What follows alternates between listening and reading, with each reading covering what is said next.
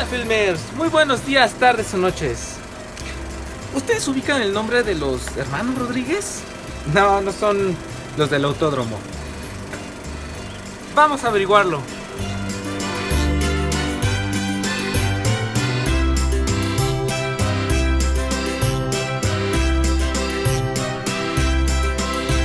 Joselito y Roberto Rodríguez. Me suenan, pero no los ubico realmente. No sé si son del cine de oro mexicano o algo un poquito más para acá. Cuando dijiste los hermanos Rodríguez, pensé en el autódromo Hermano Rodríguez. ¿Son ellos? No, no son ellos. Creo que son mexicanos, me parece. Sí. Pero, No. o sea, no he visto como películas. No. Ah, ok. ¿Has escuchado a los hermanos Rodríguez o te suena algo? No. ¿No? ¿Nada? No, nada. Solamente los del autódromo. Solamente eso le viene a la cabeza. Solamente. Ok, perfectísimo, muchas gracias. ¿Hermanos Rodríguez? Ajá. ¿Los del autódromo? No. No sé. No sé si eran estos automovilistas. No, bueno, pero más bien eso, no sé, que quizás me estoy equivocado, ¿no? Pero no me suenan, fíjate, no sé quiénes son. ¿Pintores? Ah, pintores. Ok. No. No, ok. No.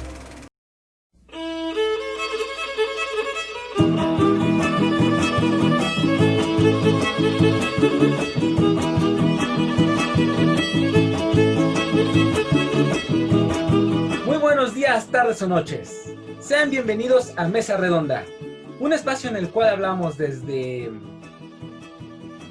joyas del arte como lo pueden llegar a ser el David de Gian Lorenzo Bernini, hasta joyas del arte como lo pueden ser Santa contra los zombies.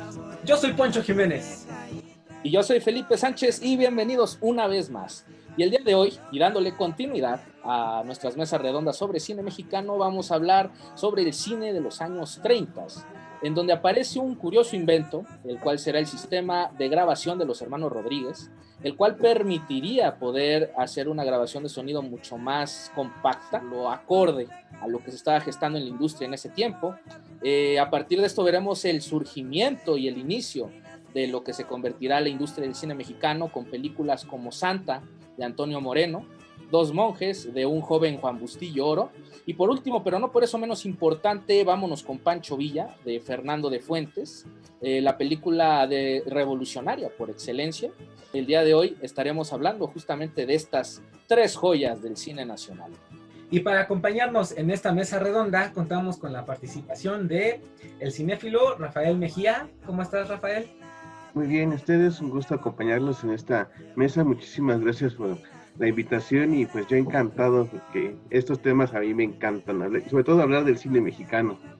Maravilloso. Sí, nos la vamos a pasar bomba porque la verdad es que nuestro cine da mucho para qué hablar. Y también contamos con la participación de la cineasta Leslie Camacho. ¿Cómo estás, Leslie? Hola, mucho gusto. Bien aquí, igual súper contenta, gracias por el chance. También súper fan del cine mexicano, o sea, creo que es por lo menos esta etapa que es la previa, creo que todavía falta como que en general analizarlo un poco y está chido que lo estén abordando ustedes.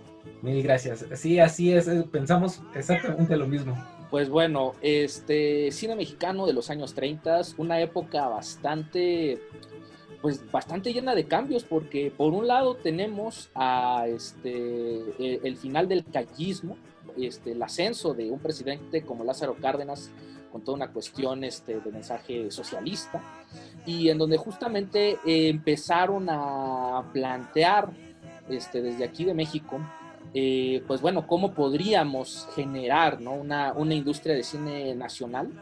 De hecho, Santa justamente sería la película elegida para poder realizar todos estos cambios, y pues ahora sí que sería como la piedrita que se pondría para generar, ¿no?, y crear el cine mexicano que vendrá más adelante. Y pues la primera pregunta es, bueno, pues qué, contextualmente, pues esto qué nos dice, ¿no? Y cómo, y digamos que cuáles creen ustedes que serían las razones por las cuales Santa vendría a ser la película insignia de que representaría esta primera etapa y estas primeras bases de nuestro cine nacional. Pues mira, si vemos cómo venía el contexto, ¿no? De la mesa anterior, la cual tuve oportunidad de ver, vemos ese contexto de transición, de pasar de un cine documental periodístico, si se le puede llamar así, a todo ese retrato de la Revolución Mexicana, de la política, de la burguesía mexicana.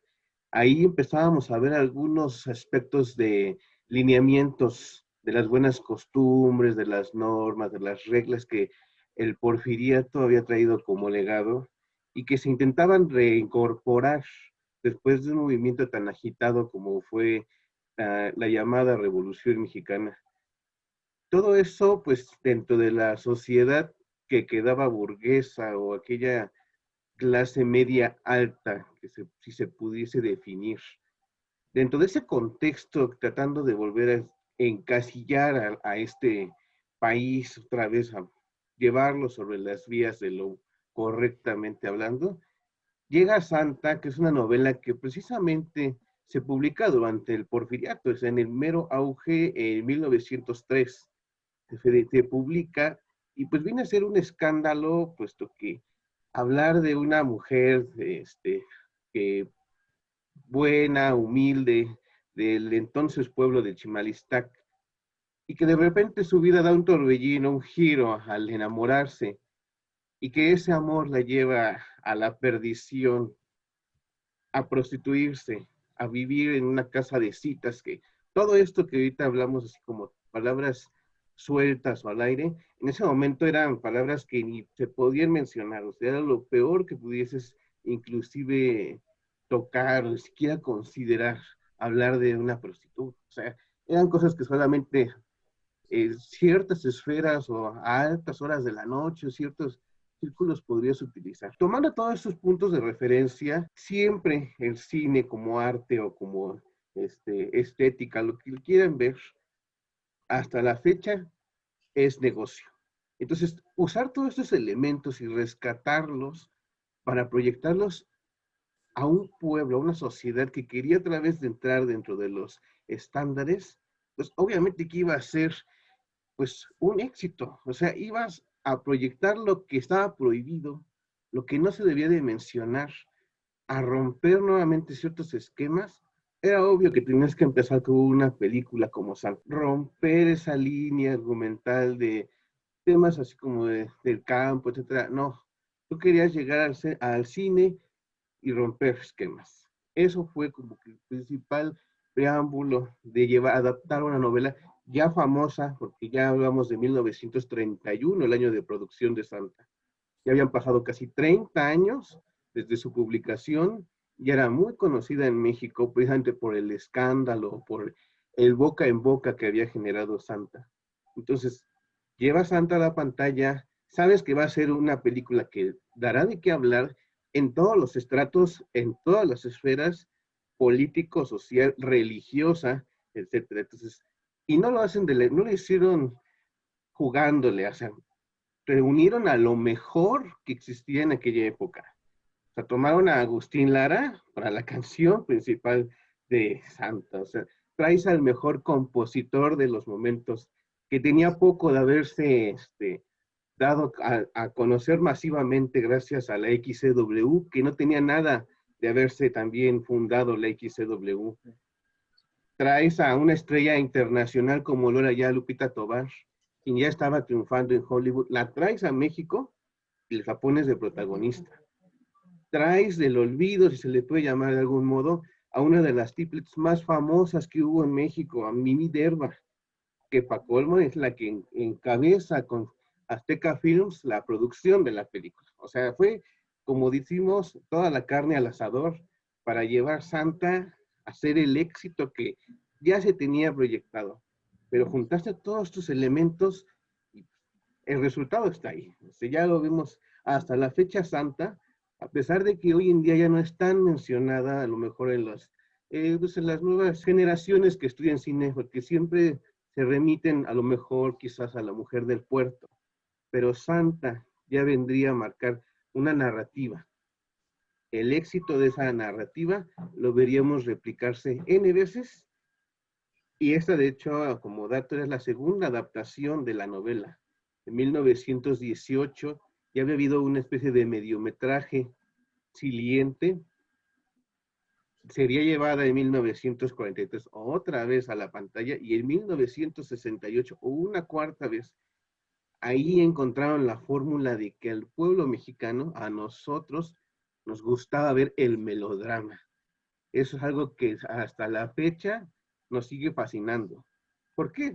La verdad, nos encanta ver la tragedia mexicana en la gran pantalla. Entonces yo por eso considero que todos esos elementos permitieron que Santa fuera una historia a elegir. Porque no ibas a llevar a la pantalla algo revolucionario. Ya lo venías de ver tantos años en los mismos reportes periodísticos, en las presentaciones. No ibas a adaptar una historia extranjera, porque si también contextualizamos un poquito, el nacionalismo que se vivía desde el gobierno hacia el pueblo a través de la educación estaba en su mayor hervor, en su mayor apogeo. Entonces, toma una historia mexicana, algo de aquí, y adáptalo a la gran pantalla. Imagínense qué habrá sido en aquellos años ver una película como Santa. Pues, obviamente, lo mismo que vieron los franceses al ver la llegada del tren, ¿no? O sea, todo el mundo escandalizándose, brincando en las butacas, en las salas de cine. Quiero hablar como un poco de la parte técnica. O sea, sí se llegaron a realizar, como dice Rafa, algunos cortometrajes haciendo un intento de sonorización que había sido totalmente fallido. ¿Por qué? Porque lo que hacían era por medio de grabaciones, de discos de Vitaphone, lo trataban de exhibir al mismo tiempo, que se escuchara al mismo tiempo que la película, lo cual, pues no, o sea, los técnicos que se encargaban de eso, pues hacían un fiasco porque no quedaba totalmente sincronizado. Entonces ya veníamos de un cine que era meramente documental, de la revolución nada más. La gente pues ya estaba hasta cierto punto aburrida y era como, pues, es que siempre me están mostrando lo mismo, lo que ahorita es innovación según la sonorización, no lo disfruto al 100 porque estoy viendo una cosa y estoy escuchando lo que dijo hace 2 minutos, ¿no? Entonces es cuando los hermanos Rodríguez empiezan a trabajar en su propio sistema de grabación de audio para que fuera ya de una forma directa y pues lo consiguen con Santa. Entonces Santa es un parteaguas súper cabrón porque no solamente porque está rompiendo esquemas con el tema que está tratando, como dice Rafa, sino porque está rompiendo también los esquemas técnicos. Entonces, por una parte, al público lo que hacía es, lo impactaba empezando la película, te impacta porque dices, oh Dios mío, estoy escuchando justo lo que está pasando, me estoy metiendo. Están logrando que el espectador se esté metiendo en la historia, cosa que hasta ese punto pues no se lograba. Por muy buena que fuera la música, no se podía conseguir si no te metían ya en ese ambiente, ¿no? Luego te meten ya directamente a ese melodrama que, como bien mencionó Rafa, pues es algo que al público mexicano le encantó. Y también se puede considerar esta película pues de las precursoras del cine de Arrabal, que posteriormente va a ser como un gran parteaguas en la época de oro del cine mexicano. Yéndonos un poquito más lejos, por eso les decía cuando empezamos que esta parte del cine mexicano no se ha abordado tanto y debería de estudiarse como un poquito más con detalle, porque realmente se podría decir que es aquí donde podría empezar el cine de oro. O sea, lo que pasaba es que en esa época pues no se exhibía tanto el cine mexicano en los cines en general en nuestro país. A partir de después de la revolución, etcétera, ya se llega un punto en los gobiernos en que dicen, ¿sabes qué? Por ley tienes que exhibirme una película. Entonces, sumando a eso, después que viene o sea, yo sé que me estoy yendo muy adelante, pero es como para contextualizar por qué debería de ser se debería estudiar más esto. Sí, tenemos ya después muchas películas porque ya se nos estaba abriendo un poco el camino, pero eso no quiere decir que desde antes no se estuviera haciendo. Regresando con Santa, el simple hecho de que ya está abordando temas como el pecado, el machismo, que también, ojo, esta es una película que se tiene que ver con los ojos de la época. O sea, si tú estás con la ideología de ahorita, claro que la vas a ver y vas a salir así súper cagado y vas a decir, no manches, o sea, ¿por qué es tan sumisa? ¿Por qué se deja? Güey, pues es que era la época. O sea, estamos hablando de un México, pues revolucionario, o sea, cuando se exhibió, que todavía seguían muy arraigados las ciertas costumbres, que obviamente la imagen masculina, ya ni siquiera paterna, porque pues se muestran ahí más a los hermanos son los que están tomando esa batuta del padre, ¿no? Que son los que la juzgan, los que la votan, los que todo, ¿no? Entonces, pues sí es una película que se debe de ver pensando en la época en la que se hizo. Entonces, pues, para mi parecer, sí sería el comienzo del verdadero cine de oro, en cuestión técnica y en cuestión argumental, que sí fue como un parteaguas en los dos sentidos. Aparte de que mucho del equipo técnico y algunos actores, por ejemplo, Donald Reed, o sea, ya era equipo técnico de Estados Unidos, equipo técnico que ya había trabajado allá, que venía aquí a México y decía, ok, pues yo ya traigo como ese callito, vamos a metérselo aquí. Y eso fue lo que ayudó a que el cine mexicano fuera creciendo. No solamente técnico, sino también en cuestión a narrativa, en cuestión a cinematografía en general, o sea, encuadres, fotografía, actuación, etcétera, todo. Entonces, pues eso es como lo chido y lo que se debería de seguir como analizando y recopilando. Una idea que yo tengo muy, muy arraigada es que cada cinematografía, dependiendo de la parte del mundo, es un tipo de género, ¿no? O sea, hay como un género de base y hay un género de nicho. Y cierto es que en el caso de México, nuestro género de nicho es el melodrama. ¿Por qué? Porque nuestra historia ha sido así. O sea, a final de cuentas es una historia exagerada, es un país surrealista por donde lo veas, y en donde, ¿cómo es esto? Y en donde justamente, pues, el nicho y la base de todo lo que se puede crear está asentado ahí en el melodrama. Pues cada región, cada país tiene como la forma en la que refleja su realidad. O sea, yéndonos al otro lado del mundo, por ejemplo, Japón. El cine japonés es mucho como de mitos, leyendas y todo, pero es una forma, un reflejo de cómo percibían ellos sus guerras civiles, el shogunato, etcétera, todo eso. Entonces en México lo reflejamos de esa forma. ¿Por qué? Por el gran peso religioso que siempre ha existido, que a la fecha todavía está. Entonces, por mucho que estemos avanzando, siempre va a estar presente. Si no, ahorita los melodramas no nos estarían interesando y serían como de, ay, qué aburrido, qué flojera. Y claro que no. O sea, el mexicano, creo que desde que tiene conciencia, ha sufrido, hablando en general de lo que ha pasado, ¿no? Entonces, y no sé qué es lo que tengamos, o sea, nos encanta recordar eso, decir, no manches, qué feo, qué esto, lo otro, pero pues es lo que, ya hablando en términos de mercadotecnia, pues es lo que siempre te va a jalar. Entonces, pues es lo que pasaba mucho. Por ejemplo, mencionando igual otra peli de esa época, La mujer del puerto. Yo me acuerdo cuando la vi, neta, te juro, fue como de... O sea, no, estuvo muy buena, pero pues regresando, drama. Rescato, creo que la base o resumen de esto puede ser, pues eso, el romper, ¿no? El querer mostrar algo diferente, porque si vamos a crear, vamos a decirlo, una revolución en cuanto a lo que se viene nuevo como cine, pues qué mejor que enseñar a la gente algo completamente diferente a lo que está acostumbrado. Y pues más allá de eso, que sea escandaloso. Hoy, morbo, ¿no? Entonces, aún así, yo sí tengo mi tema con Santa, porque... digo, tiene compañeras de la época y anteriores en la cine, en la mesa redonda de cine mexicano mudo, pues vimos películas que de verdad te quedas impactado por la calidad, tanto en historia como en técnica, ¿no? Una curiosidad por ver cómo se hace el cine. Y en Santa, o sea, quitándole todo esta...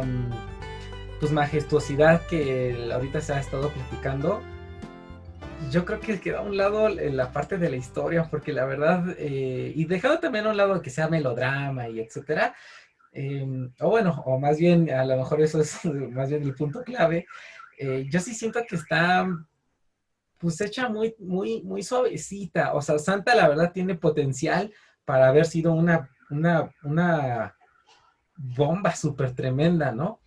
Sí, es como muy light, pero también es por dos cosas. Obviamente, aunque estuviera presentando como un tema muy caótico para la época, todavía siguen siendo como muy reservados y muy, no lo voy a decir tal cual. O sea, por ejemplo, la escena de los patitos, o sea, famosísima, ¿no? ahí ya te están dando a entender lo que pasó de todo el show, pero previo solamente te dieron un beso súper insípido, sí, pero repito, es verlo con los ojos de la época. O sea, si nosotros lo vemos ahorita es como...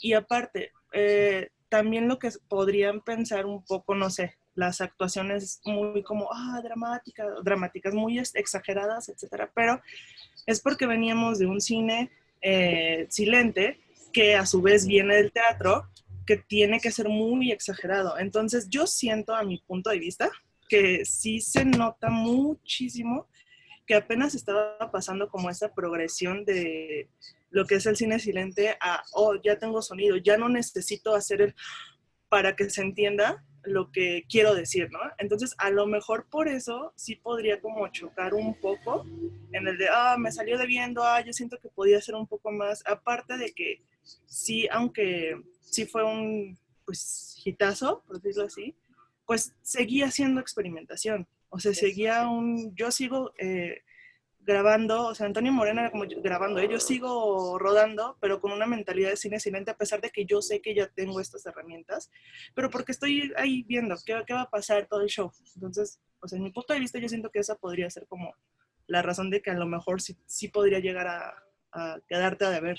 Y de hecho, voy a retomar una palabra que acaba de decir Leslie, experimentación. No sería sino hasta 1936, hablamos de 4 años después, que llega allá en el Rancho Grande, que sería el inicio ya de una línea totalmente repetitiva. O sea, ya encontró hasta ese momento la industria mexicana, encontraría ya su identidad, su esencia, la comedia ranchera, representar la mexicanidad. Pero no fue sino hasta 4 años después. Aquí estamos precisamente aventurándonos. ¿Qué podemos presentar? Sí, el melodrama, pero también en estos años, y ahorita lo vamos a mencionar más adelante, pero también hubo películas, por ejemplo, que rescataban algo del Puño de Hierro. Por ejemplo, estaba Marihuana, de José Bor, hablando así del uso de las drogas y de los narcóticos. Tenemos thrillers psicológicos como Celos, de Arcady Butler. O sea, empezábamos como que a movernos hacia dónde íbamos a empezar a dirigir esta industria naciente. Si bien es cierto, ya existía el preámbulo y desafortunadamente nunca conoceremos a qué dimensiones llegó el cine mudo, pero ya con la llegada del sonido, querían empezar a ver qué terrenos nos teníamos que empezar a tocar. Obviamente, volvemos al punto, el melodrama es parte de nosotros. Y otro ejemplo donde lo sobreexageraron muchísimo, mezclando elementos religiosos, con Sergei Eisenstein, cuando vino y filma Que Viva México. O sea, todas sus secuencias, todos los capítulos, es un melodrama extraordinariamente exagerado. O sea, donde quieras ves elementos que dices tú, ese es México. O sea, un México que es azotado por un terremoto, un México que representa la Semana Santa, el Día de Muertos. Entonces, esas imágenes que se empezaron a proyectar del país, pues a nosotros, quieras o no, nos gustaba porque es parte de... Entonces, qué mejor que seguir explotando la fórmula del melodrama. La historia, como tú dices, a lo mejor ya si lo ves con la perspectiva del siglo XXI, ya se te hace acartonada, obsoleta inclusive, pero sigue estando. El éxito lo vemos en las otras 2 adaptaciones que hubo de Santa, y como dice, en La Mujer del Puerto.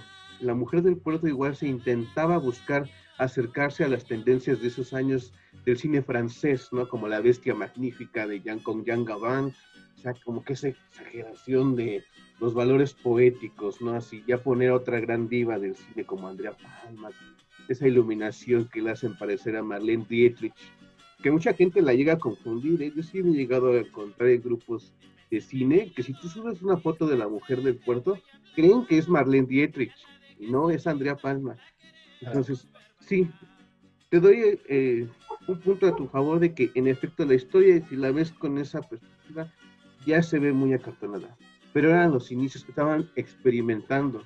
De hecho, no sé si han podido ver ahí en internet, hay un corto de, al parecer es un estreno de alguna película X, y están llegando varias estrellas sobre como la alfombra roja de aquellos años 30, y varios actores le tenían miedo al micrófono.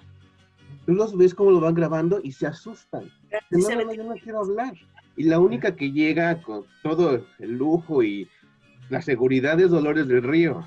Y ella sí saluda a México y los demás no, se quieren alejar del micrófono. O sea, todavía tenían miedo de, ¿qué es eso? No quiero hablar, no quiero que mi voz se oiga. Y todos los vemos en la película cantando bajo la lluvia. Ese momento, esa transición para todos fue colosal. O sea, había quienes ni siquiera querían hablar porque sus carreras se fueron al abismo, se perdieron porque no tenían esa voz, ¿no? Entonces, sí, o sea, todo eso ya pues así, Santa, sí, que sí tiene mucho para ser rescatada, como que todo esa contexto, no solamente como el país, sino como esa industria, sí fue aventarse al abismo, a ver cómo les iba a ir. No sé, o sea, ahorita que digas más, sabré si sí es lo tuyo. O sea, a lo mejor y lo tuyo no es como tanto el melodrama, porque si vamos a hablar de experimentación, también la de Dos Monjes, o sea, creo que esa sí fue todavía más experimentación. O sea, porque en primera, visualmente es súper expresionista. O sea, la escenografía, la iluminación, la actuación sigue siendo súper teatral, o sea, sigue siendo cine silente, que incluso es una película que hasta podrías, tan es así, que todavía trae esa carga que podrías verla sin sonido, tú musicalizarla si te la sabes, y la vas a ver, y la vas a gozar igual, y vas a decir, no manches, esto está súper chingón, ¿no? O sea, tanto así que hasta Bretón cuando la vio dijo, es que esto es, no manches, experimentación de la buena, ¿no? Entonces, a lo mejor, lo tuyo es porque tal vez no estás tan inclinado a ese tipo de melodrama, y te late más como el rollito, tragedia, como de, no sé. O sea, sí, yo no le quito a Santa como su gran proeza. Lo que, por ejemplo, lo que yo comentaba con Felipe el otro día es que yo sí siento que aunque sea melodrama, lo podrían haber, pues explotado mucho más. Pero es que sí, o sea, yo como muy específico, sin pretender verlo hoy, o sea, compararlo con lo de hoy, más bien tratando de compararlo con las compañeras que tenía antes y alrededor de algo que con lo que a mí sí no me gustó mucho en Santa, pues era el hecho como de que tiene saltos cuánticos en los que pues la vemos llegar a la casa de citas la primera vez y ella está pues temerosa, no quiere saber qué onda, y entonces ya sale un cartel en el que dice pasó el tiempo y Santa ya era parte de ellas, y entonces ya vemos a Santa como, y entonces yo me quedo como con las ganas de, perdón, hubiera sido muy interesante ver esa transformación, ¿no? Sí, Poncho, pero toma en cuenta, como bien decía Rafa y como bien decía Leslie, que eran otras épocas. O sea, el presentar como esa transición probablemente ya hubiera sido demasiado para el público de esa época. O sea, porque pues, recordemos que ahí pues todavía las mujeres usaban falda hasta abajo de los tobillos. Todavía se entraban las iglesias con el pues rebozo. Con el rebozo, ajá. Todavía daban las misas en latín, o sea, era una sociedad muy, muy, muy, muy, muy, muy, muy conservadora. Y que obviamente ese tipo de cosas, más que alimentar el morbo, pues hubieran espantado a las personas. Es que sí lo tienes, pero de forma súper sutil. Cuando llega el coronel general, bueno, el soldado, perdón. Ajá. Cuando llega, tienen ese primer encuentro y se va, las florecitas que van pisando. Ese es como que el primero que dices, ok, va. Después, cuando la deja, o sea, otro punto, cuando la deja, si te das cuenta, siempre ella estaba con los mayoncitos hasta arriba. Cuando la deja, ya se le está viendo casi medio muslo, que para esa época obviamente, ¡oh, no manches! Entonces, sí es verlo con esa época. O sea, en esa época, claro que tú ves eso y dices, no manches, ya, o sea, me tapo los ojos, los oídos y no. Ahorita, obviamente es como de, ay, no inventes, o sea, es neta, eso es tu forma de decirme que ya, pero aunque te quejes, sí lo entiendes. Entonces, más bien es como el morbito de, ay, o sea, sí, me hubiera gustado verlo, pero aún así sigue funcionando. O sea, claro que yo siento que tal vez no ha envejecido bien, pero porque no le han dado como las vistas que se le tienen que ver, o sea, la importancia que se le debería de dar. O sea, pero si realmente se pusieran a analizar la película por el sentido técnico, por el sentido de interpretación, por el sentido de la cinematografía y todo, siento que sí habría podido envejecer bien. Y al contrario, en vez de que lo vieran como tú, es que me salieron a deber, habría sido como de, qué interesante que me están diciendo esto, pero de esta forma. O sea, no sé, yo esa parte sí la veo como cool. Y eso que sí me gustan los melodramas de esa época, pero me gusta más tipo terror o tipo como tragedia o algo así, esos son los que me gustan más. Y comedia ranchera también me gusta mucho. Pero sí me gusta los elementos que usan para poderte comunicar eso. O sea, y repito la escena de los patitos. Tú con eso ya dices, me están volteando la cara porque ya sé qué es lo que está pasando. Y luego el cartelito nada más, pasaron días y semanas y luego le dices, ya se le dio hasta por los oídos, ¿no? Sí. Y no te enseñaron nada más que un besito de... Entonces, a mí eso se me hace como pues, interesante. Yo nada más quería agregar de que si ya quieres ver un poquito más, o sea, como que dices, quiero que me enseñen más, con el paso de los años llegó La Mujer del Puerto. Y ahí el montaje que usa Arcady Beutler para mostrar la transición de cómo deja de ser una mujer igual, correcta y demás, cuando ya es prostituta, ahí sí ya ves un juego de montaje, ya ves las técnicas que se van empezando a implementar. Y no te lo dicen así literal, ya pasó esto, sino te va jugando con la imagen, con los sucesos. Y después, aún 2 años después, en 1936, si no me falla la memoria, Adolfo Béz Mugar estrena La Mancha de Sangre.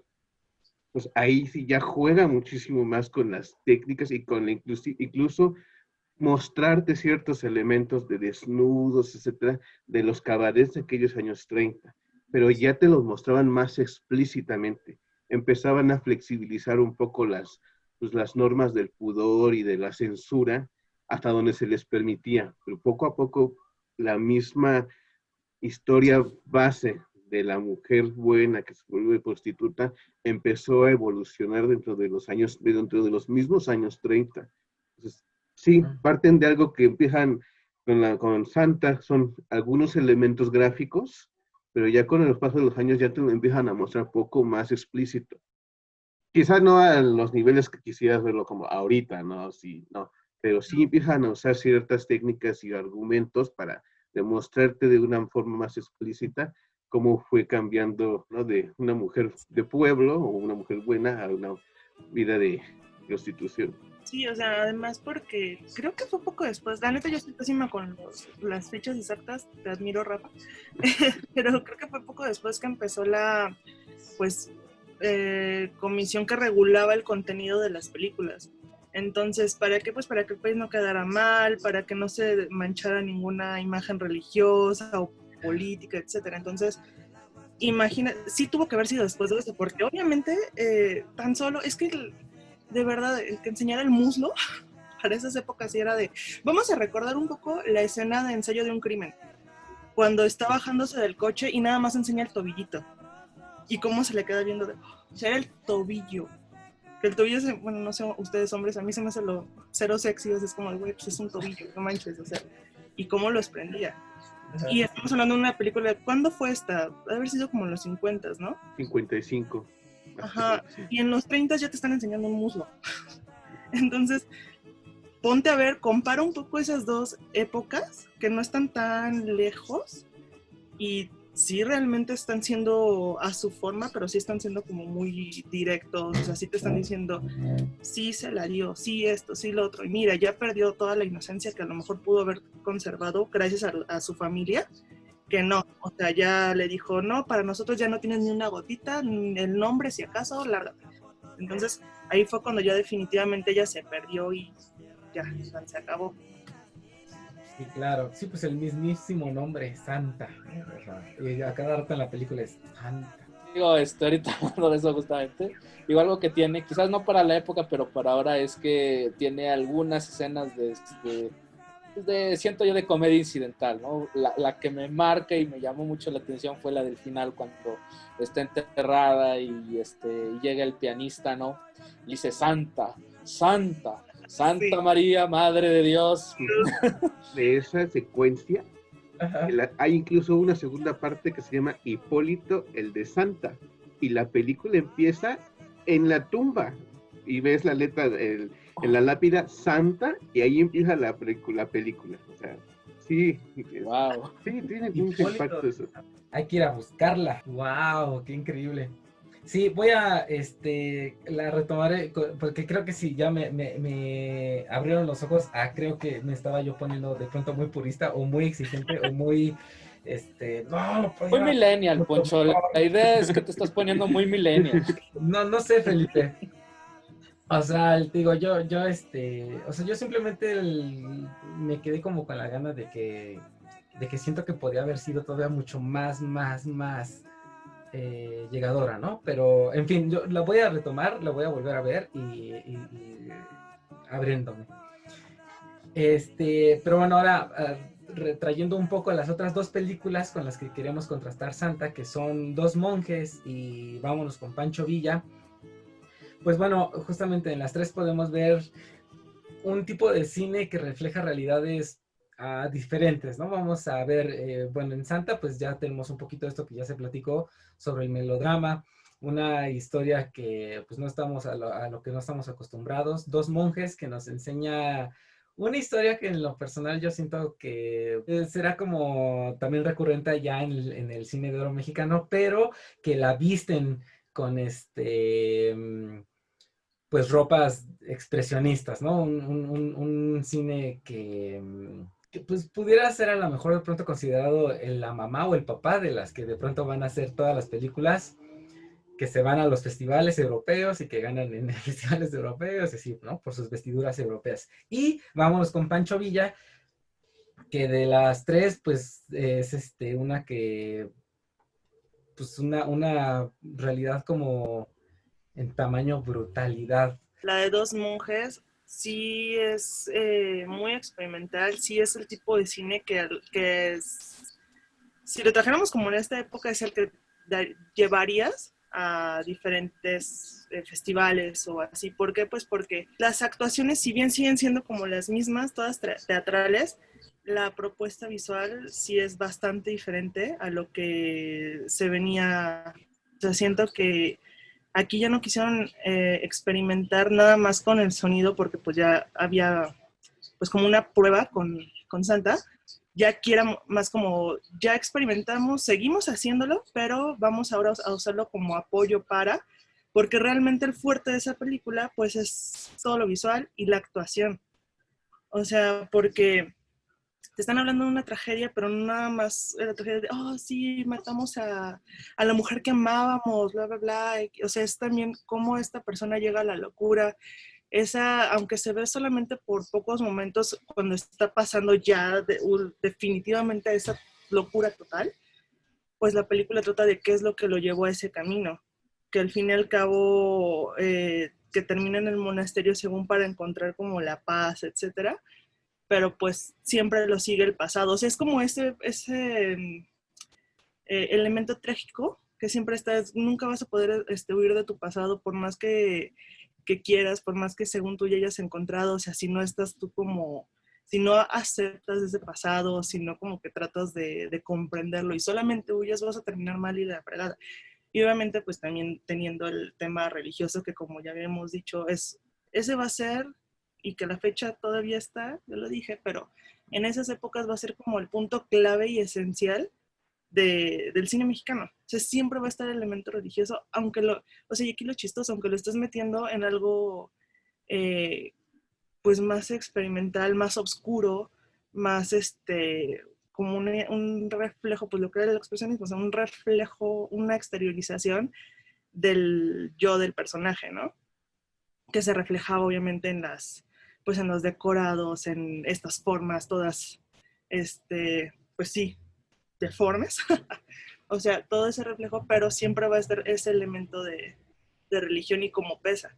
En el caso pues de Vámonos con Pancho Villa, están retomando lo que es pues el cine de la posrevolución, que a pesar de que ya veníamos viendo nada más las vistas, que es pues los principios del cine documental mexicano, pues todavía se sigue con esta ideología de, pues es que es lo que acabo de vivir, es lo que conozco, es lo que quiero reflejar para saber cómo está México, por qué estamos así, cómo pasaron las cosas, la versión de todo. Entonces también hay se podría considerar como un género el cine de la revolución, así como el cine de la añoranza porfiriana. O sea, siento que esos dos son también como que son igual, por decirlo así, géneros que no se han abordado tanto, que la gente como que los ubica, pero no. Por ejemplo, yo en mi particular punto de vista, bueno, en mi experiencia, muy pocos ubican el término de la añoranza porfiriana. O sea, y Pardavé viene de ahí. Y Pardavé es uno de los íconos del cine mexicano.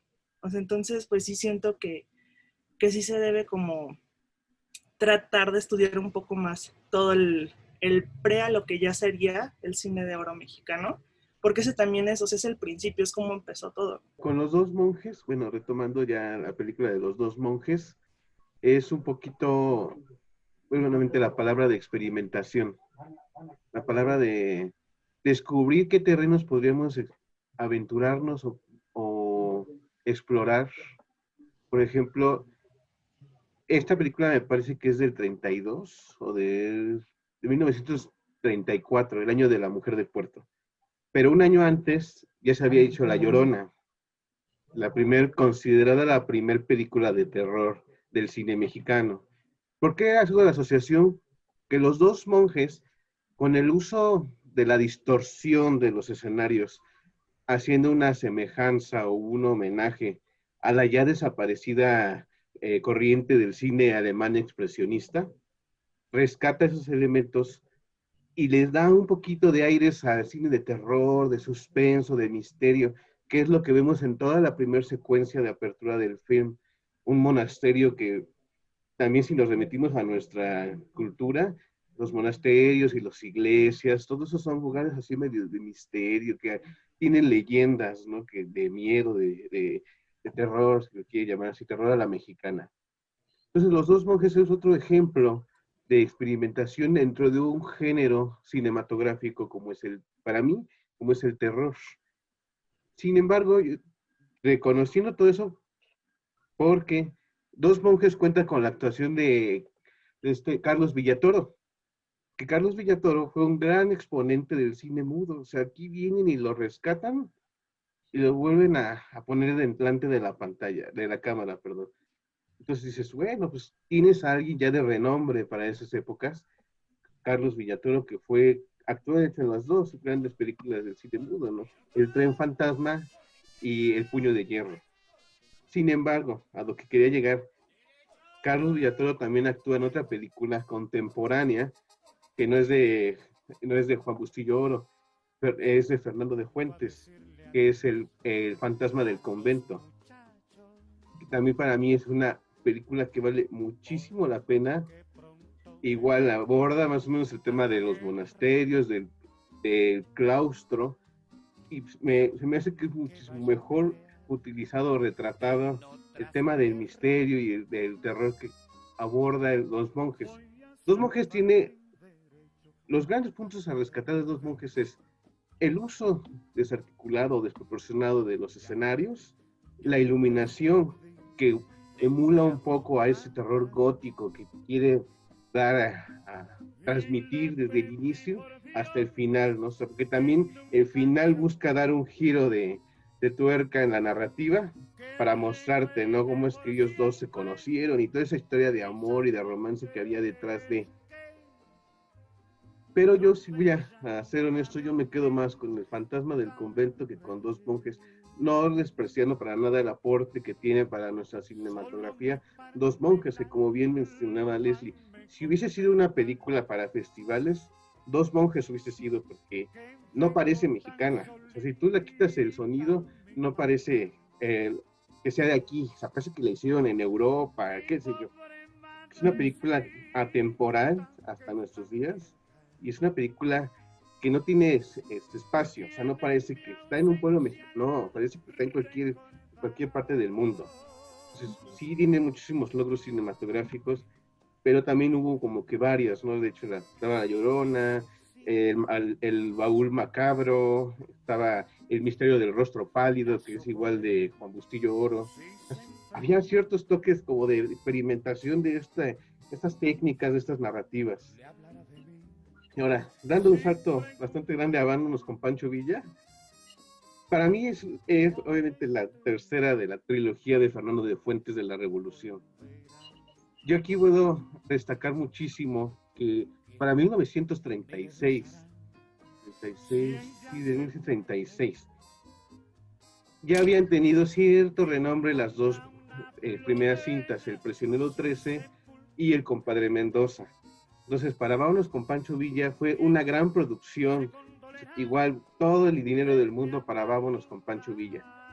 Aquí el error que tomaron fue hablar de Pancho Villa, que si bien es cierto ya existía para este entonces el PRI, ya ha cambiado de PMR al PRI, es muy difícil jugar con una figura cuando tu país está empezando a construir las bases de su nación en las instituciones y las instituciones como legado de los caudillos o de esos ideales revolucionarios.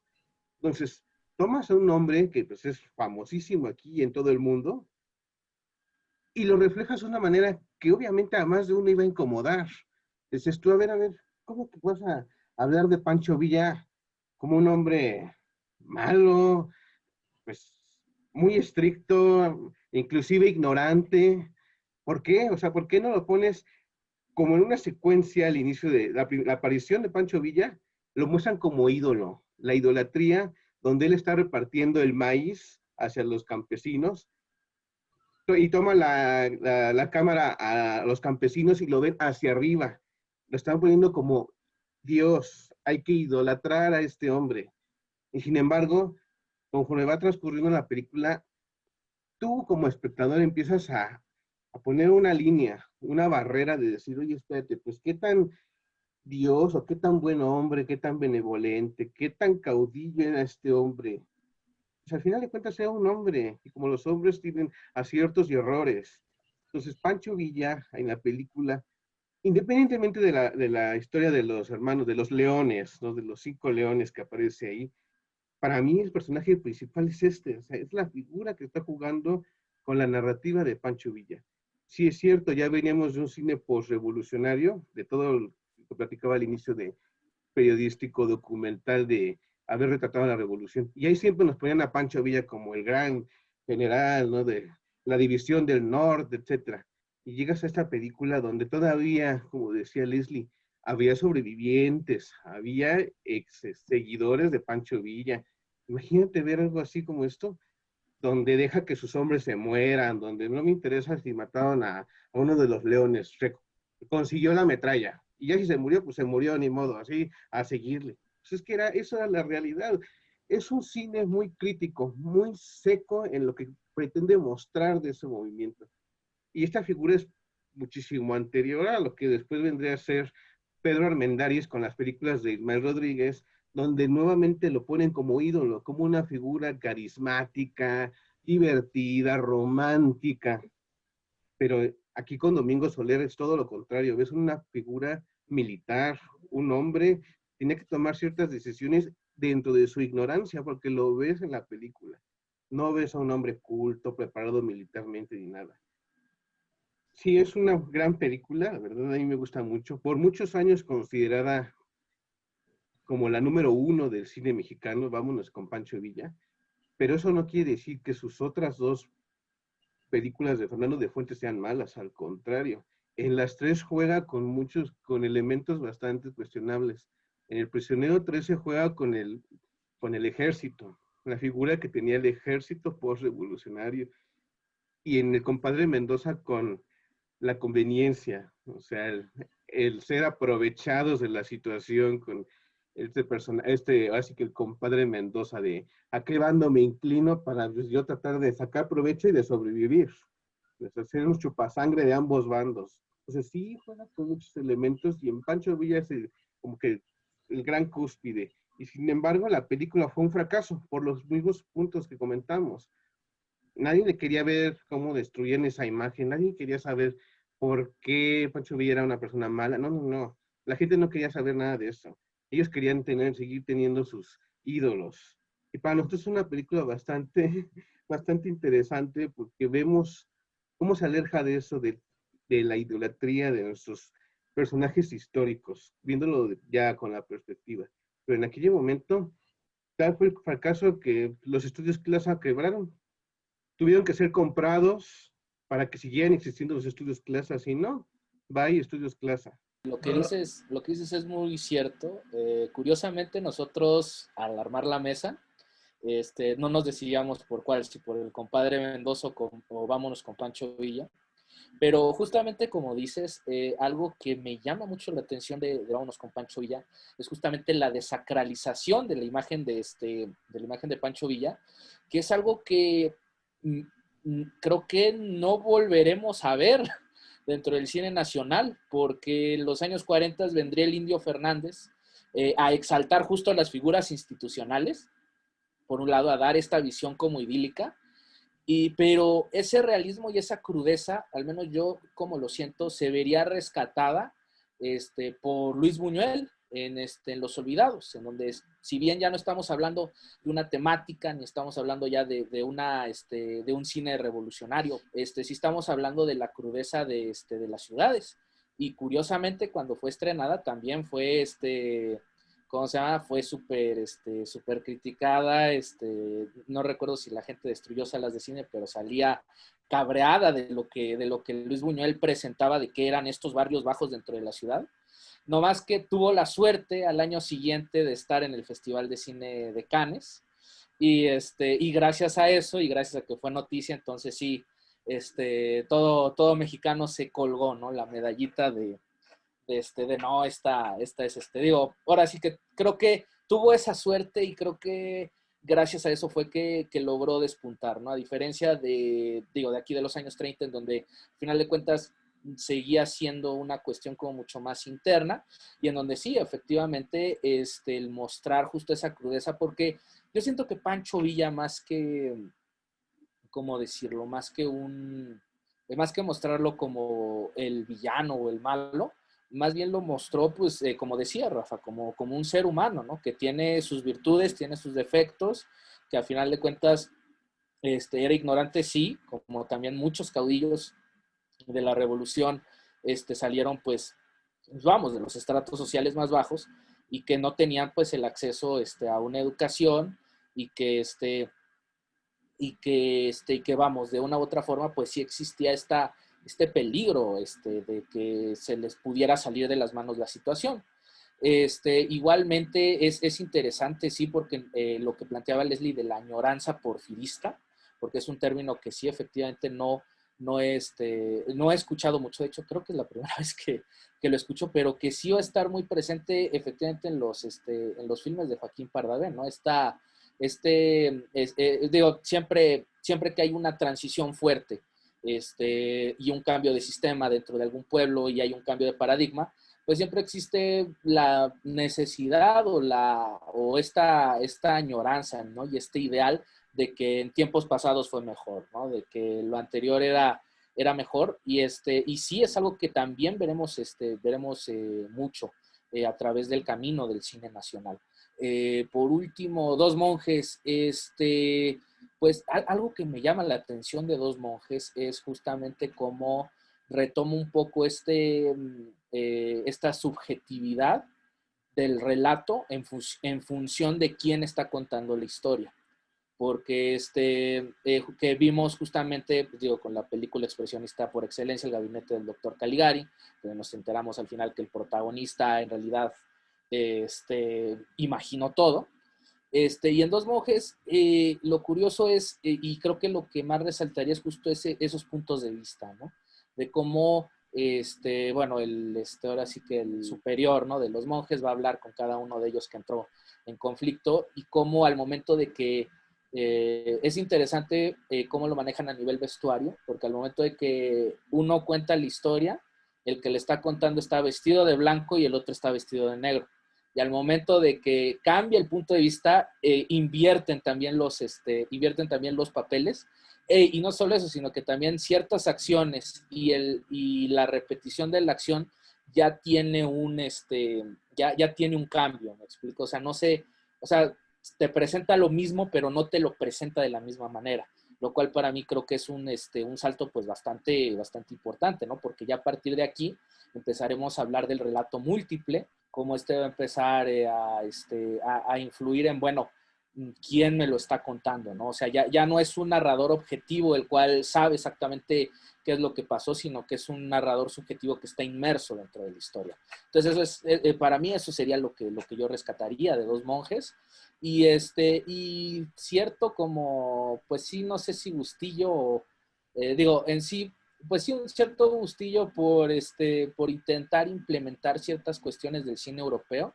Digo, Rafa mencionaba hace poco que Viva México, que sí es este documental inacabado de Eisenstein, en el cual muestra todas estas imágenes pues avasallantes, ¿no? Estos cielos, el Día de Muertos, toda esta riqueza cultural que a final de cuentas vendría también más adelante a estar dentro de la estética de Limbio Fernández, por ejemplo, y que creo que también por ahí iniciaría también un gusto por, o bueno, cierta europeización de ciertas películas, que creo que es algo que veremos ya más bien a inicios de los 2000 con un cineasta que no me gusta, pero ni modo, ahí está, que es Carlos Reigadas, que empieza a tomar partes del cine contemplativo europeo y empieza a tomar toda una serie de narrativas europeas para contar historias en México, que para mí siguen siendo de dudosa calidad, pero bueno, como decía un maestro, en gusto se rompen géneros, ¿no? Entonces, pues eso, a final de cuentas. Aquí hay que destacar algo de Vámonos con Pancho Villa. Como decías, esto no se volvería a ver, la sacralización de un caudillo, de un personaje histórico. No lo veríamos sino hasta los años 70, cuando vendría para mí considerando como una nueva, no la puedo llamar época de oro porque lo que una vez platicaba con un amigo, la época de oro va a seguir siendo eclipsante en todas las épocas y décadas de nuestro cine. Ese va a seguir siendo el estándar, el patrón a seguir. Pero sí, hasta los años 70 es donde nuevamente se retoma el cine revolucionario, pero ya un cine revolucionario bastante crudo, bastante realista, bastante explícito, con películas como El Principio, como Longitud de Guerra, o sea, donde ya nuevamente los cineastas optaban por mostrar que la revolución no siempre fueron causas justas o no siempre fue hecha con las mejores intenciones. Mientras tanto, Vámonos con Pancho Villa es un referente, sí, pero que hasta ahí quedó. O sea, en 1936 quedó.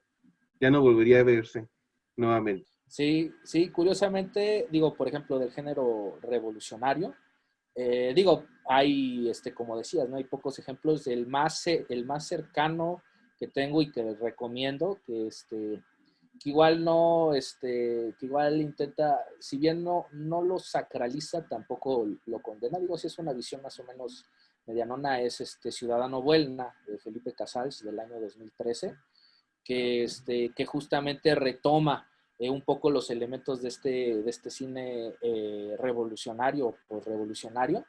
Y digo, por ahí tiene unas cosas bastante interesantes y que justamente, digo, lo único es que sí siento que no, o sea, podríamos decir que no alcanza el nivel de esta. O sea, esta sigue siendo todavía mucho más, híjole. Y sobre pues, todo, perdón, pero hay otro punto que creo que no nos estamos acordando. Vámonos con Pancho Villa. Fue uno de los primeros ejemplos claramente conocidos de la censura al firmar dos finales, que no lo veríamos hasta Los Olvidados como otro ejemplo, donde uno firma, con Vámonos con Pancho Villa, el final, pues, aceptable, ¿no? Se va el último de los leones, a raíz de que General ordenara la inhumación de su compañero por tener viruela, incendia en el carro del tren, y entonces se va, ese interpretado por Antonio Refraustro, se va sobre las vías del tren, ¿cómo se llama? Una transición a negro y acaba la película. Muchísimos años después la Filmoteca encuentra un final alternativo o extendido de Vámonos con Pancho Villa, donde vemos nuevamente a un Pancho Villa sanguinario. Y dices, tú, caray, carajos, dices, ¿qué pasó? O sea, dices, ya teníamos mucho y de repente ves ese final, donde Pancho Villa va a la casa de perdón. No había considerado que si no lo han visto, lo vean. ¿Qué va a hacer Pancho Villa? Y no lo veríamos nuevamente hasta con Los Olvidados de Luis Buñuel, donde nuevamente se filman dos finales, uno feliz y uno más cruel, pero igual hay que ver ambos para ver qué contextos estamos viviendo, para ver por qué se hicieron ambos finales, ¿no? Eso es algo muy importante de esta película también, que en los años 30 no hay vestigios de alguna otra película que haya ocurrido o que haya sufrido ese tipo de censura, porque no sabemos si fue una censura como tal o fue un acuerdo entre los estudios con Fernando de Fuentes de, ¿sabes qué? Ya párale. Así como o también fue como un castigo, ¿no? ¿Sabes qué? Ya quítale. Me tienes que redimir todo lo que ya hemos perdido, o sea, del dinero que pues, no recuperamos. Y bueno, perdón por salirme un poquito, pero Fernando de Fuentes, a raíz del fracaso de Vámonos con Pancho Villa, vieron que no le funcionó, cambió la fórmula, al año siguiente firma ya en el Rancho Grande y es un éxito mundial. O sea, se disculpa y hace el mayor de los éxitos que existen en el cine mexicano de los años 30. Efectivamente, como bien dices, no sabemos si habrá sido por censura, si habrá sido que quizás alguno de los productores dijo, güey, sabes que esto ya está muy manchado, bájale.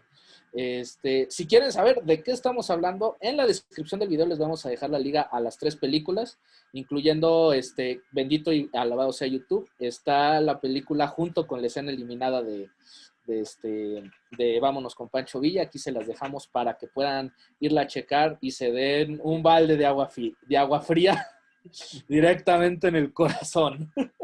Pues bueno, pasando ya a la última parte y ya para ir cerrando, pues nos gustaría saber de las 3 películas, pues cuál es como su favorita para ustedes y cuál les gusta más y por qué. Yo me quedaría con Vámonos con Pancho Villa, por mostrar algo que sigue siendo tan vigente, que si cambiamos la figura de un caudillo, podemos cambiarla por unos políticos. Y lamentablemente el reflejo que tiene la sociedad sigue estando igual. Vámonos con Pancho Villa puede ser contextualizada en distintas épocas y hasta la actualidad. Tiene muchos elementos a rescatar. Por ejemplo, siempre me gusta ver la secuencia donde aparece Silvestre Revueltas tocando el piano y de repente levanta un cartelito que dice, por favor no disparen sobre el pianista. O sea, me encanta esa secuencia a mí ver, o la ruleta rusa, ¿no? La ruleta rusa de los leones, me encanta, o sea, tiene muchas secuencias rescatables. Vámonos con Pancho Villa, y también Un Domingo Soler, que ya sabemos que la dinastía Soler, pero aquí nos demuestra lo injustamente olvidado que ha sido Domingo Soler. Creo que el mismo año o 2 después encarnaría a José María Morelos en El Rayo del Sur. Sería el primer actor en ganar un Ariel como mejor actor por La Barraca. O sea, Domingo Soler demostrando la cátedra de aquí, desde aquí. Y 2 años antes, la pareja de Andrea Palma, La Mujer del Puerto. ¿Qué importancia tuvo Domingo Soler dentro del cine que a la fecha es el menos recordado de los hermanos Soler? Pero bueno, personalmente Vámonos con Pancho Villa tiene muchísimo para dar, para aportar, y pues el ser el perfecto cierre de una trilogía extraordinaria que no ha vuelto a existir dentro del cine mexicano.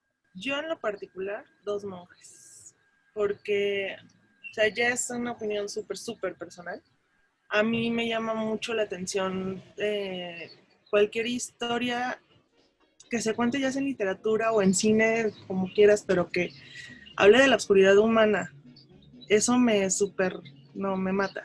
Y lo que me gusta de esta película es que pues usa ese elemento del expresionismo y es como exterioriza la locura de este personaje. A mí me recordó mucho, y es obviamente ya de tiempo después, a la de él de Buñuel.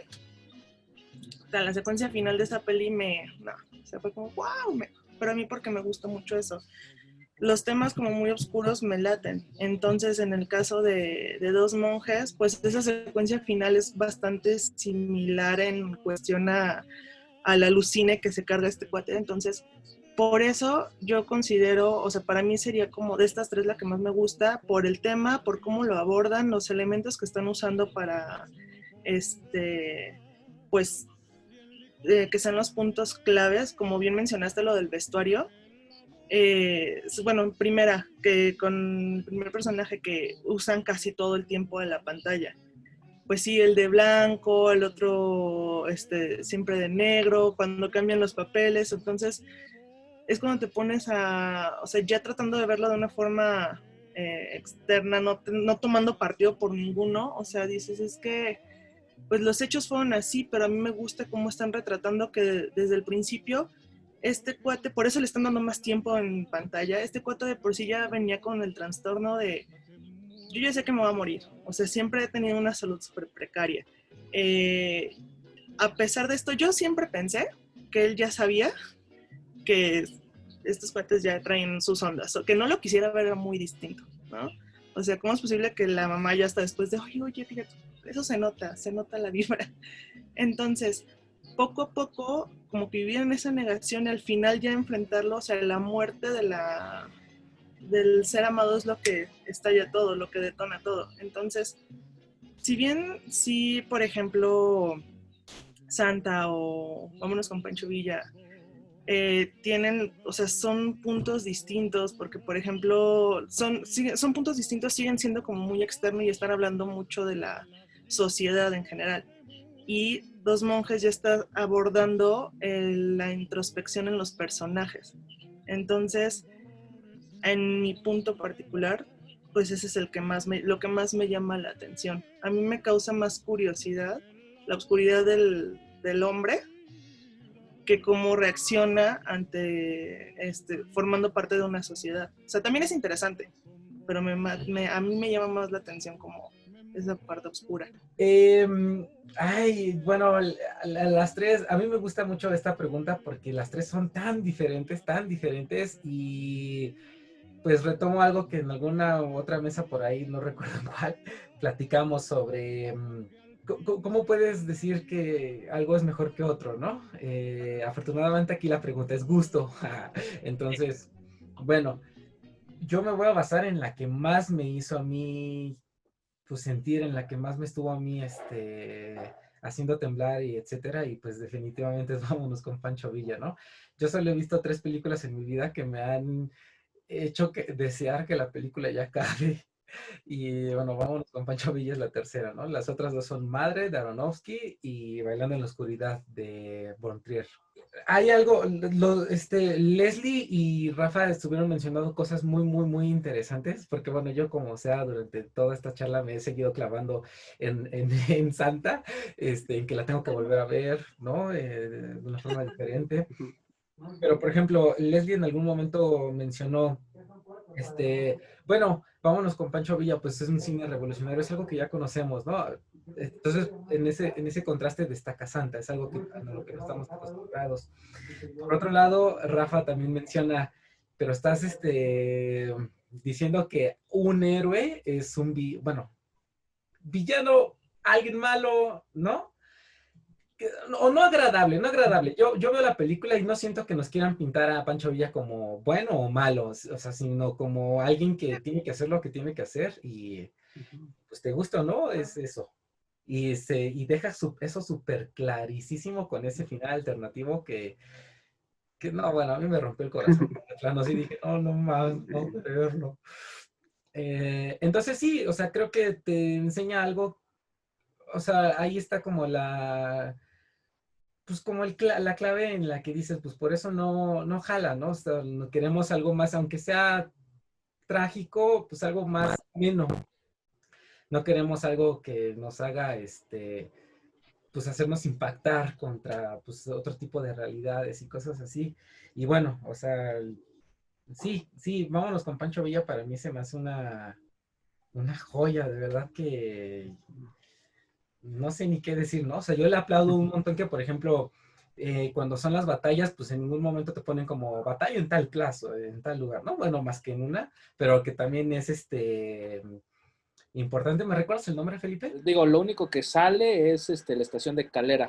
Se Esa. están preparando para la toma de Zacatecas, que fue una ciudad crucial Sí, para los villistas en la revolución.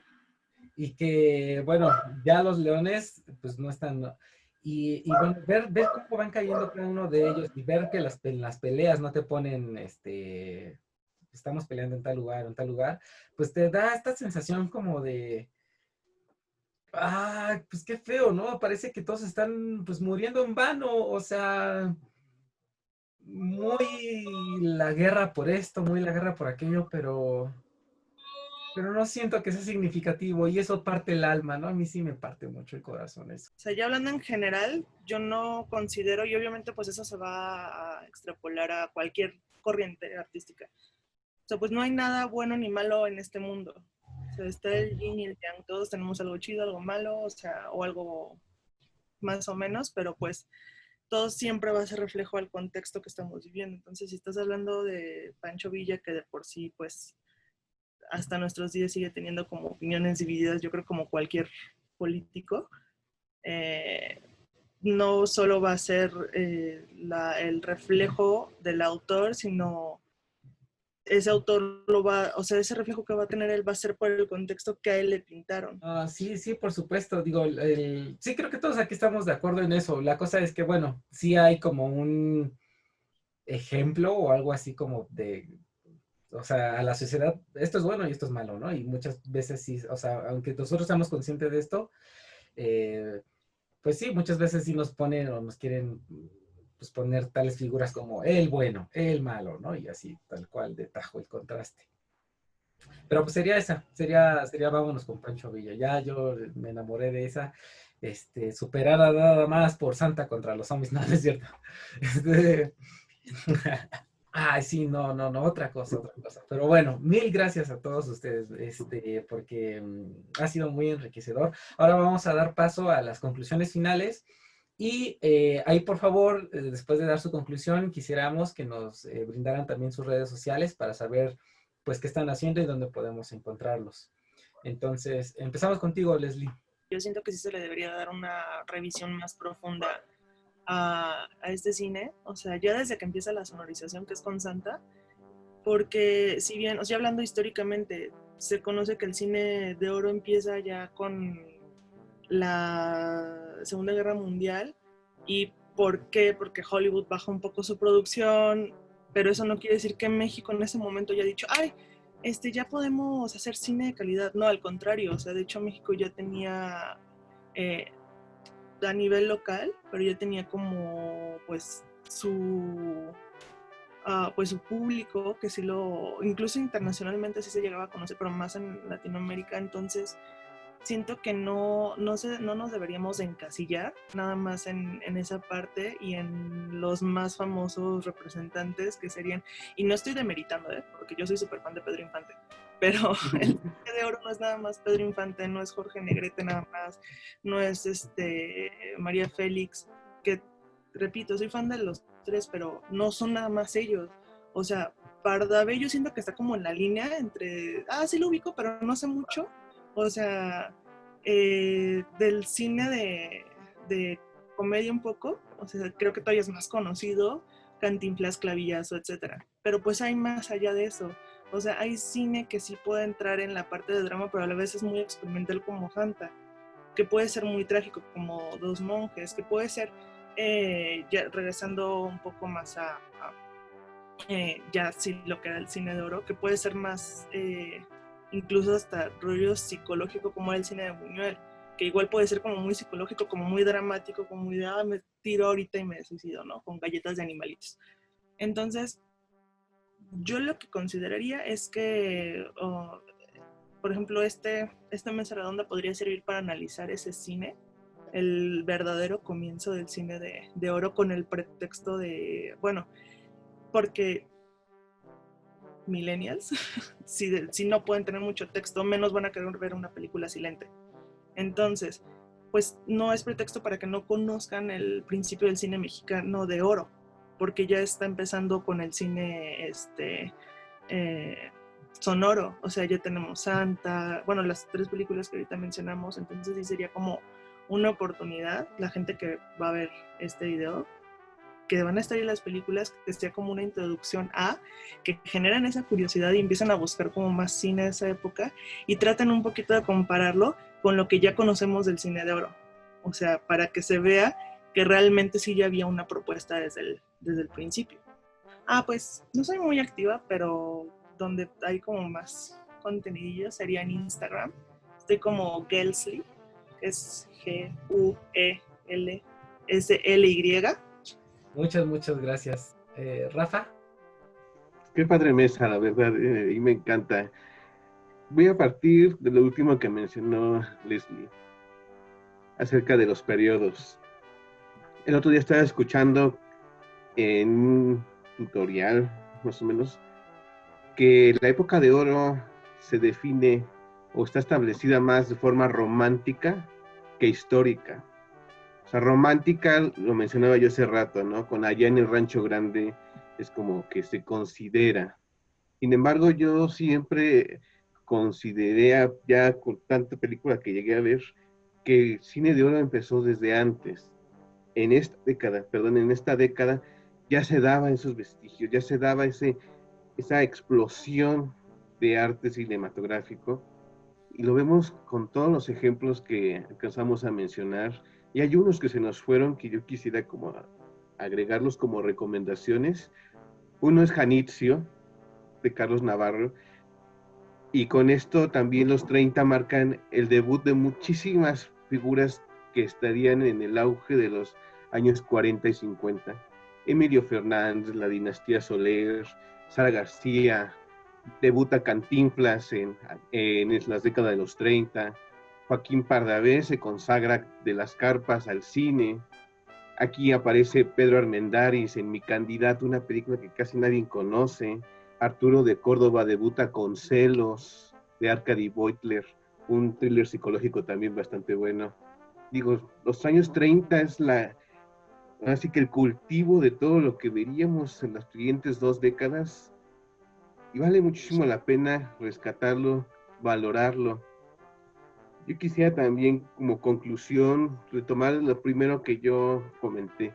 Estamos ante una década de experimentación, de aprendizaje, donde, si bien es cierto, después existirían estos subgéneros, ¿no? El cine de la añoranza porfiriana, el cine de la revolución, el drama urbano, el cine de arrabal, de cabareteras, el cine de inmigrantes, inclusive con el cine de inmigrantes españoles, libaneses, etcétera, ¿no? Entonces, estamos descubriendo muchos géneros, explorando, si vamos a hacer thrillers, si vamos a hacer películas policíacas con Juan Orol, con José Bor, por ejemplo, que también empiezan aquí a aportar cines épicos como Vámonos con Pancho Villa, o las películas de Miguel Contreras Torres, ¿no? Que eran películas muy vastuosas visualmente. Entonces, es una década bastante interesante, olvidada, sí, rescatada por Allá en el Rancho Grande y La Mujer del Puerto. Párenle de contar. En la mayoría de los casos, ¿no? Obviamente nosotros aportamos más títulos, más nombres, etcétera, porque lo conocemos.